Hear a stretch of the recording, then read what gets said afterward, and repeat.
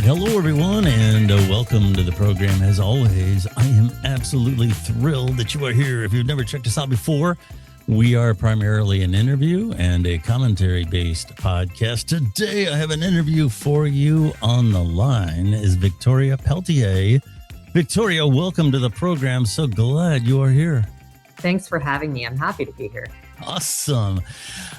Victoria is a 20-year plus corporate executive, a board director, #1 selling author, and professional public speaker. Speaking of her public speaking, she has a TED Talk with I don't know how many millions of views. Let's just say a lot. Embracing Healthy Resilience, Victoria Pelletier. That's TEDx Miami. So you can Google that up. It's worth a listen. Absolutely a watch. Nicknamed the Turnaround Queen and the CEO Whisperer. I like that. By former colleagues and employers, Victoria inspires and empowers her team and clients to change mindsets and drive growth in business, leadership, and culture. She's got a number of books out. The Power of Whole Human Leadership, Unstoppable, Influence, and Unleashed. And what's the most recent one? The Leadership Transition Guide is the newest one. And then there'll be another one coming out later this year, follow on to the Influence Unleashed book called Influence Activated. Awesome. Overcoming adversity and trauma at an early age built resilience, a trait that has remained with her throughout her life and has helped Victoria excel as a corporate executive and with, being a mentor and all these other great things. Okay. Let's talk a little bit about you first. My understanding is getting started in life was a little tough for you. Do you want to talk a little bit about that? Yeah, sure. Happy to. It's a big part of my why and who and how I am today. And so I was born to a drug addicted teenage mother who was very abusive to me the first several years of my life. I went in and out of the child welfare system. And then thankfully I was adopted out of the environment. She had given me to a couple on a number of occasions after an incident. And after one of those, my mom is the woman who raised me, asked to adopt me. And so raised, in a loving family, but lower socioeconomic means. And so the biology and the circumstance is a big part of my drive, to be better than where I came from. Yeah. I have found that I've talked to a lot of people over the years that have had, difficult childhoods. My dad was one of them. And I think there's two ways they can go. They either get themselves in a rut, that they don't seem to be able to escape, or they rise above it. And I don't know if there's a good thing to a bad childhood.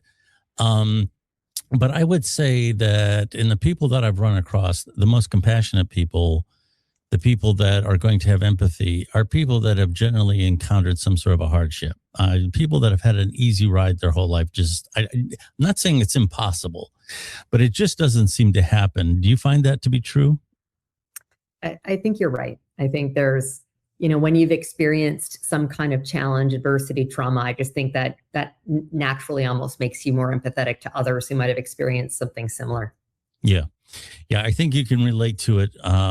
And I hate to be one of those people that says, well, you don't know what it's like because you haven't been through it, because I don't believe that's always true. But I think when it comes to your development, when you've had it easy as you're developing, sometimes it just doesn't make you the most empathetic, and sometimes not the most strongest person. When something bad does happen, as in your 40s or 50s, and you've never had it, that you've always had your parents there or whatever.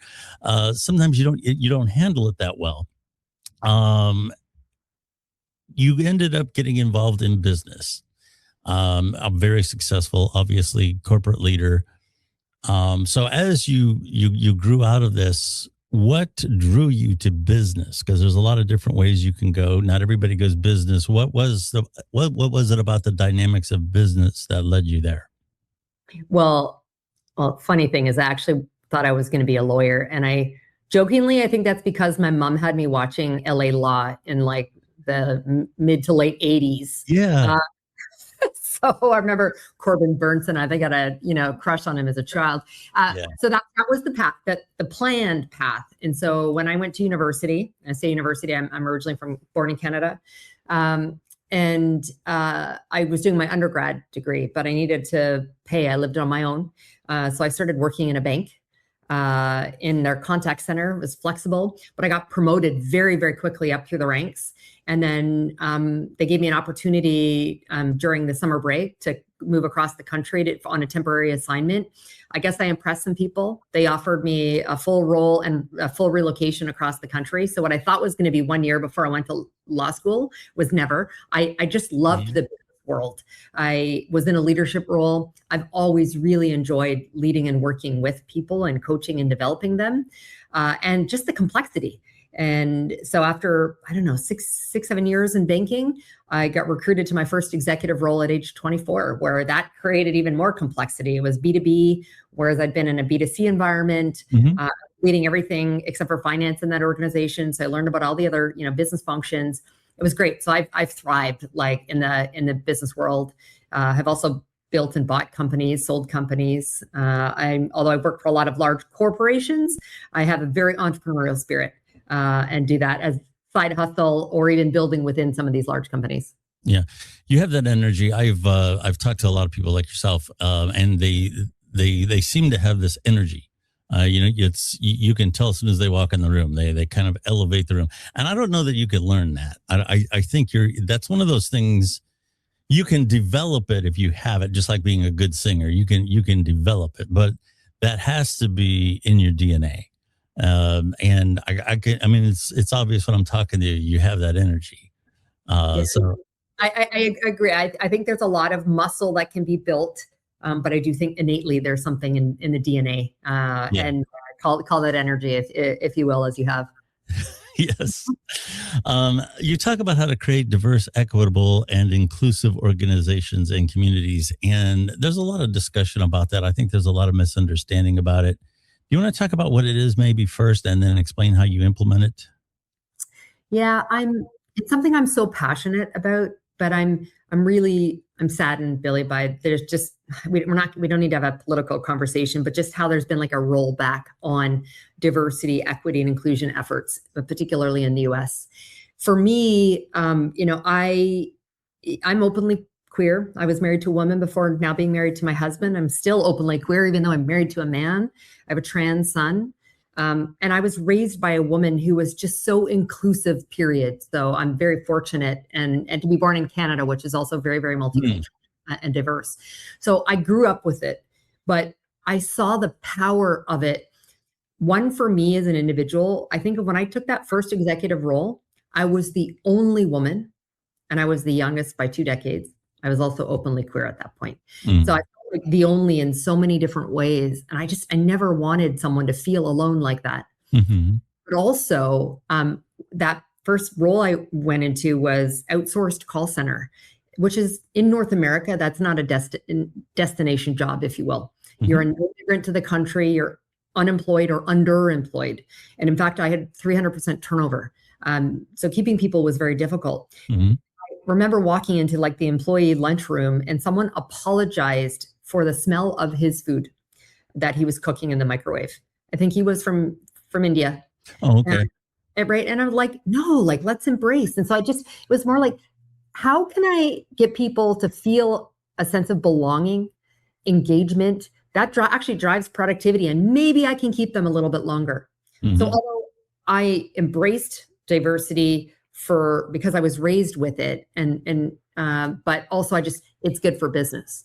So the shift for me now is because there's a rollback on diversity metrics and those kinds of things. Let's just talk about like diversity of thought and experience. Bringing that together is proven to like reduce risk in business, create, more innovation, stronger problem solving. But at the end of the day, we know that creating a safe place, psychological safety where people feel like they belong, just drives better outcomes for all. Yes, I would agree with that. And I would say I wouldn't define myself as either right or left. And like I said, I don't want to turn it into a political conversation, but I can tell you, I think that's the one criticism that I would have of the left is that they're about diversity when it comes to things that you can notice. Diversity of thought, not so much. You kind of have to think like them, or you're an outcast. And not that the conservatives aren't, but I think it's a little bit more angrier on the left right now when it comes to diversity of thought. They like you to be on the same team. And I think that this idea of teams is bad. Everybody wears a badge now. Everybody belongs to a group. And I understand the importance of being proud about who you are. But when everybody wears a badge about their religion, their sexuality, their ethnicity, that it's there's just too much of that, in my opinion. I don't know that there's too many signs that you have to read to be in a group. You know what I mean? I don't know. Am I wrong about that? Yeah, I think you're right. And actually, on the alternate side, it bothers me when you see diverse groups that only stay with one another. I'm like, we're better. Like, no labels. Actually, my youngest drives me nuts because has always wanted a label for something. I'm like, no, you're just you. Like, just be you. And so show up with everything that makes you you.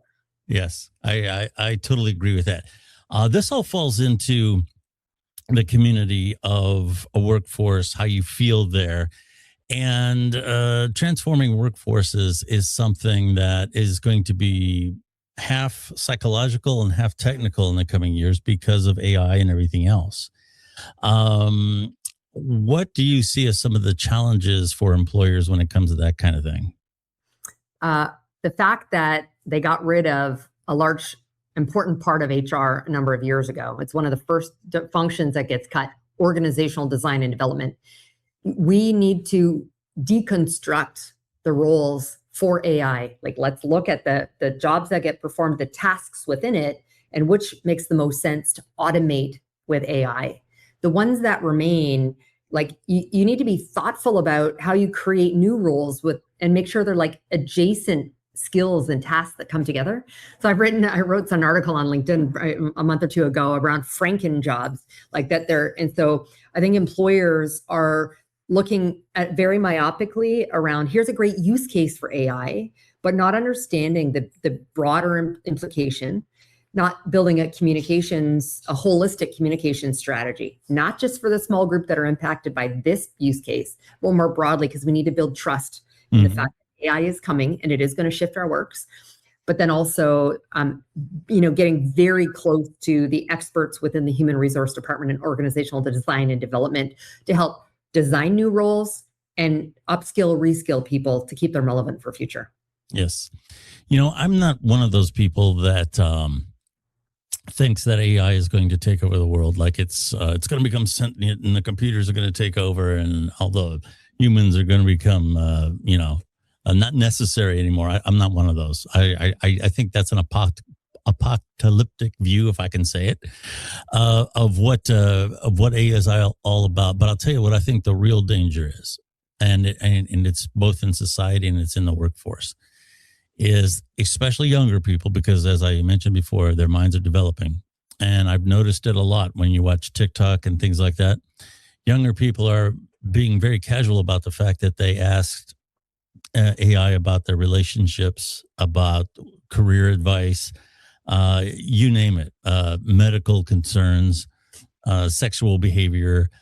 And you have these chatbots essentially, just rounding up the most common information related to these subjects. And I think over time, I think that presents a danger for human development, that human development itself could become sort of synthetic. I think that's kind of what the danger is. I don't know if you have an opinion about that, or that's kind of my take on it. No, I think you're right. And not just because of AI, but it's so much easier now just to everything online, do it digitally versus, as my younger one tells me, Mom, IRL, in real life. Like, I just, the importance, people, in business, they do business with humans, with other individuals. We need people around us to support us. And I think it's too easy to live in the filtered world and not, it's too comfortable. I call it electronic courage, to sit behind the keyboard versus just I'm a big fan of Scott Galloway. And so actually I went to go see him in Miami over the weekend at Prof G, and just talking about, like, he was talking about synthetic relationships, and I agree. Like he said, he thinks one of the greatest things for young people is to suffer through rejection. Like, go out in person, ask someone out, in business, ask, be told no. And so I do think we need to encourage much more of that, and moving away from the screen and engaging with people face to face. I really enjoyed your TED Talk. I don't want to give away all the steps that you talk about anchoring yourself and handling your life. They're great steps. One of the things that I believe you called it strategic eventuality, and I that really caught my attention in the overall gist of the lecture. Caught my attention because it wasn't dripping with positivity. And I think we've gotten to the point now where positivity is a lot like faith. It's bottled and sold. You get up in the morning, you got to listen to all these podcasts that tell you how great you are. You got to put these little notes up, validating yourself all over the mirror. And what we don't hear very often in these things is discipline. Okay. You have to go to work on a particular day, and you're going to meet a particular client that is a known SOB. And instead of telling yourself, well, the birds are chirping, it's a blue sky, it's going to be a great day, you have to put yourself in the mindset that I have to handle this person properly. I have to be professional. I have to, make sure that this person is satisfied the best I can, but also not compromise my integrity, my company's integrity. And there's a certain discipline. I don't hear a lot about discipline, and I do hear that in what you talk about. Do you want to expand on that a little bit? Yeah, you're right. Strategic intentionality. And that is when you're anchored to the goal, objective you set for yourself, whatever they be, we have many of them, then you need to be not only strategic, but then intentional about everything around the thoughts process you have to the actions and the behaviors that are going to move you towards that. And you're right. It's not all sunshine and roses all of the time. So, you need to put yourself in that mindset. I sign a lot of my social media posts with 2 hashtags. One of them is unstoppable. It's my sort of mantra, but the other is no excuses. Mm-hmm. By that, I don't mean it to be totally negative. It's more, you have choice.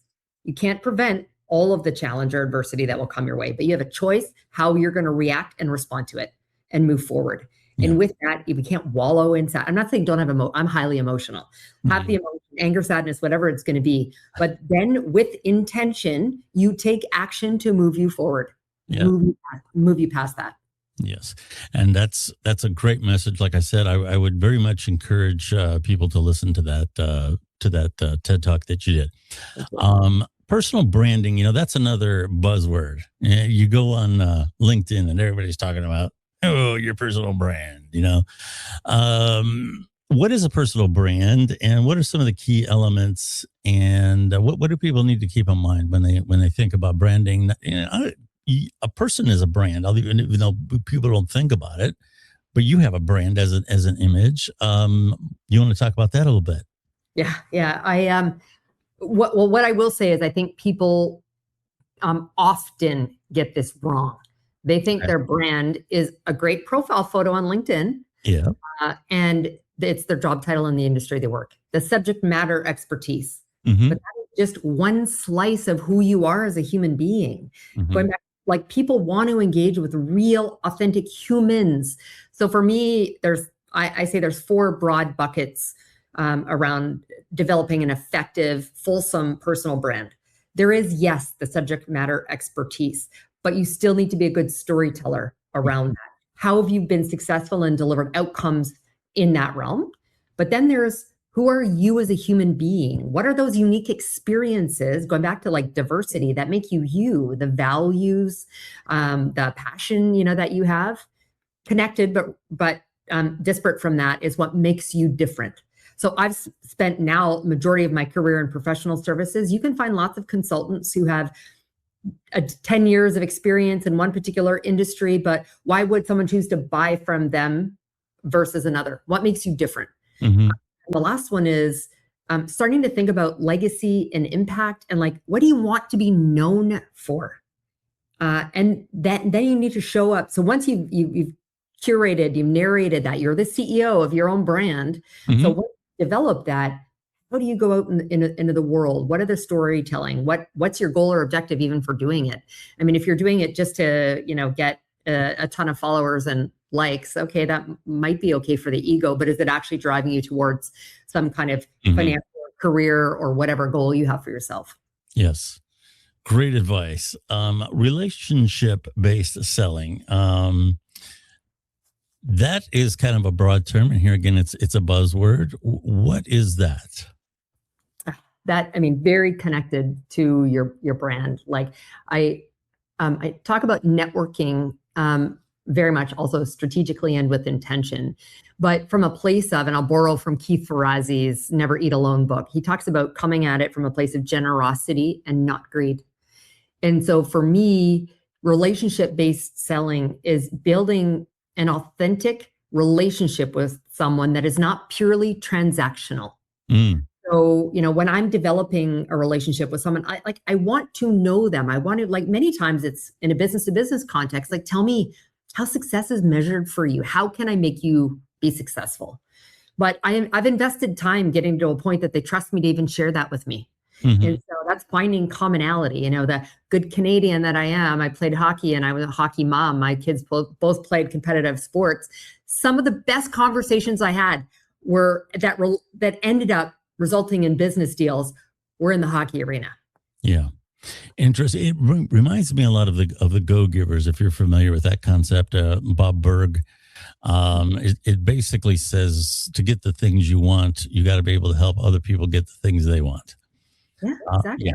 And one of the, as part of that concept, for example, when people go to networking things, don't be the person that's handing out your business card and trying to get an appointment. I would like to get a cup of coffee. You want to be the person that people are listening to. You want to be the person when you go to these networking events, there's always somebody's got a little crowd around them. That's the person you want to be. You want to be the person that's giving out information that is helpful, that is going to help people in what they want to achieve.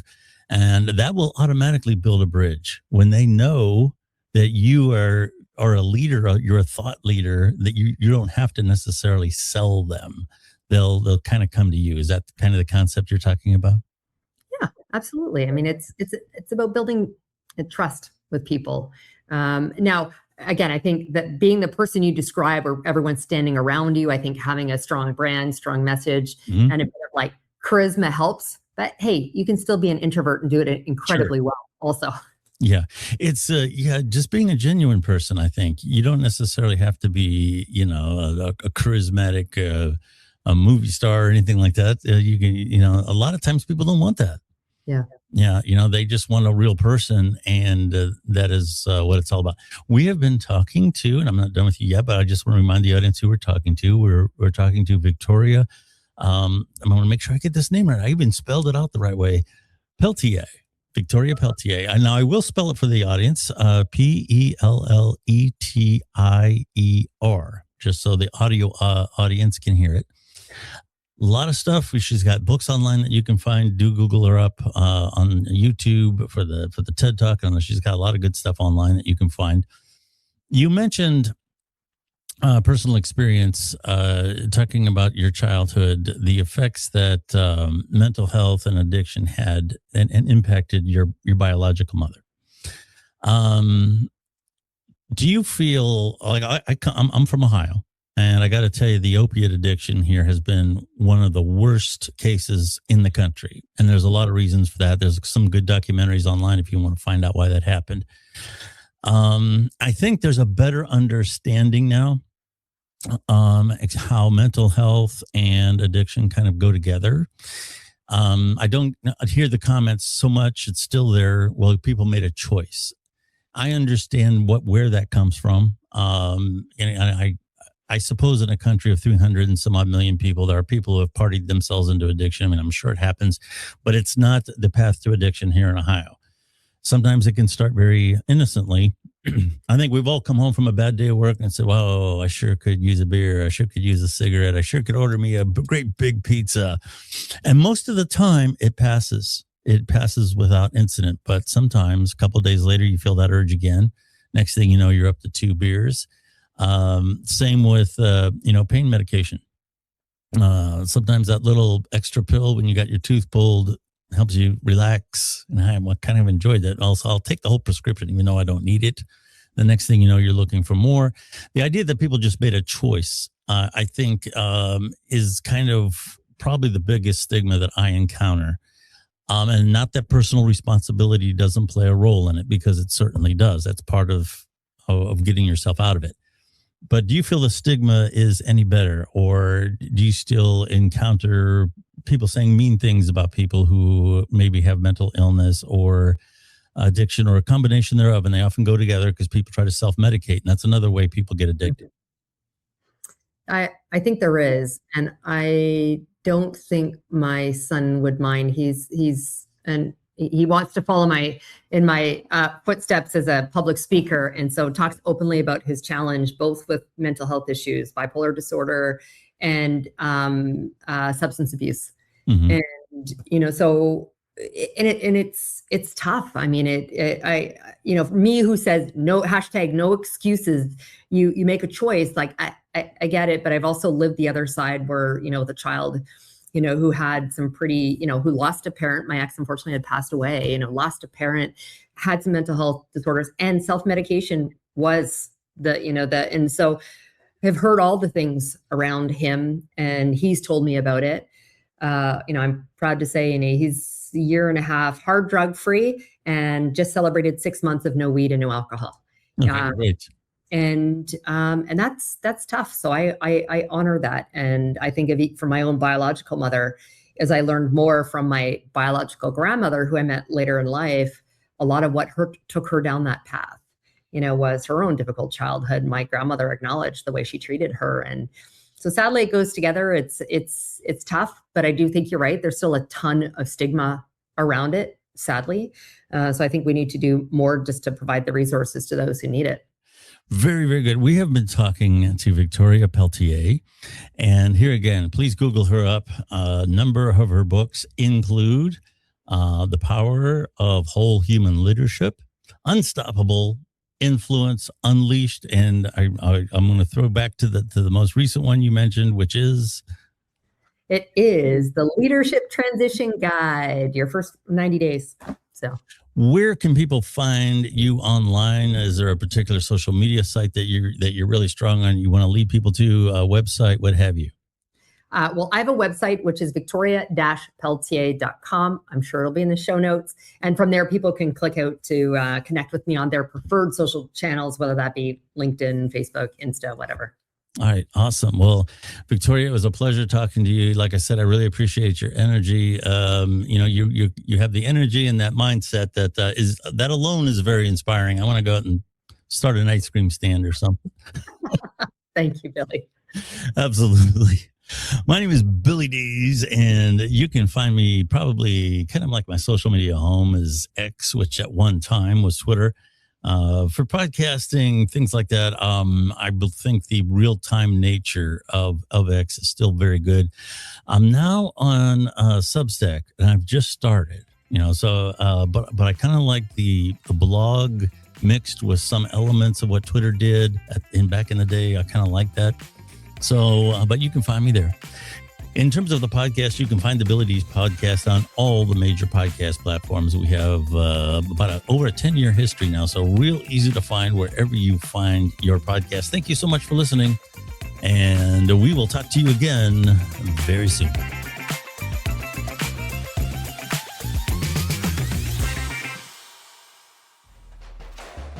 Thank you for listening to the Billy Dees podcast. Follow Billy Dees on X @BillyDees for updates about the program. Do you listen to music or audiobooks on streaming devices such as Sonos or Amazon speakers? How about on your car sound system? If you use Spotify, Audible, or Amazon Music on any of these systems, you can also listen to the Billy Dees podcast the same way. Billy and his team go the extra mile to make sure our podcasts sound as good or better than anything on the radio. Listening to the Billy Dees podcast has never been easier. You literally just have to ask.